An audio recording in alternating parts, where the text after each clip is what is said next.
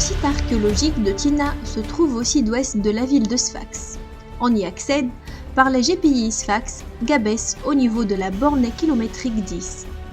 De loin, le site est repérable par le phare de Tina se détachant à l'horizon et édifié il y a un siècle, exactement en 1895, pour guider les navigateurs. Le nom de la ville n'a pas pratiquement changé depuis l'Antiquité. Tainat à l'époque punique, Tinaïe à l'époque romaine et byzantine, puis Hinshir Tina et Tina de nos jours. Ce toponyme serait d'origine libyque. Les textes anciens en parlent très peu, mais les quelques sondages entrepris notamment par l'Institut national du patrimoine depuis 1986 ont révélé l'importance de la ville dès plusieurs siècles avant Jésus-Christ.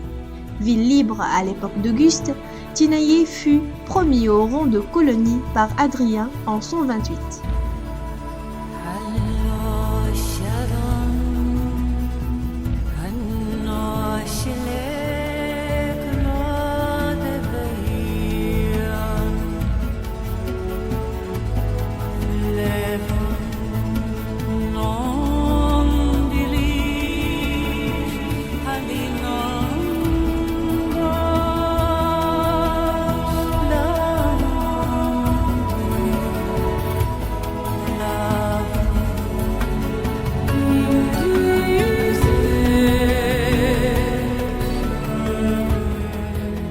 Tinaïe est une proximité d'une ville romaine à la mer que Carthage présente un très vaste terrain non exploré.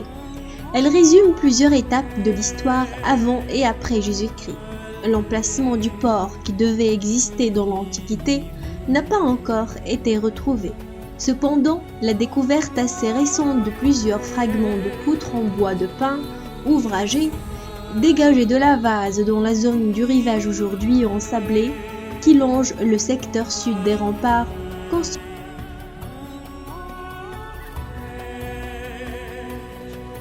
Une enceinte fortifiée partiellement mise au jour il y a une vingtaine d'années entoure la ville sans interruption sur une longueur d'environ 2500 mètres.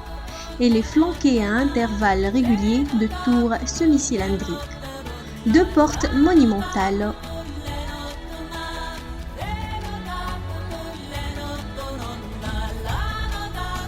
auprès des basiliques paléochrétiennes s'ordonnent autour du Capitole ces temples qui sont à l'entrée du forum, ce qui indique l'importance du dénomination religieuse. L'édifice de Tinaïe, très aisément repérable sur le terrain, mais demeure presque entièrement enfoui sous les remblais. Il ne semble pas y avoir de compartiment dans l'état actuel, peut naître des choses et on peut penser à un aménagement dans une colline creusée. De l'autre, la documentation iconographique fournit de très nombreux plats, vases, lampes et surtout mosaïques reproduisant des scènes ou des épisodes très variés inspirés par la reine.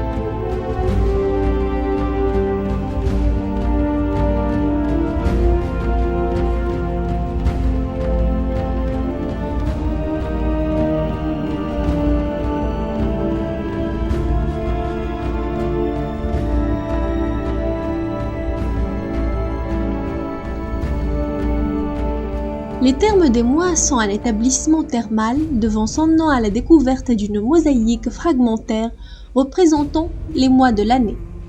Il représente un triple intérêt qui tient à l'état des vestiges très largement préservés, à la clarté de l'aménagement et de la distribution des salles, celles chaudes groupées à l'ouest de celles froides, frigidarium réparties à l'est, et à l'importance et à la qualité des éléments décoratifs. Murs revêtus de peinture ou de plaquage de marbre, sols pavés de mosaïques polychromes. On souhaite qu'un jour, on peut faire la gloire de ces villes oubliées, ainsi que la culture et le patrimoine tunisien, et dans un avenir assez proche, l'étude que nous souhaiterions la plus complète possible des sites archéologiques et éventuellement de quelques autres édifices et monuments historiques du même genre parmi ceux que recèle le sol tunisien.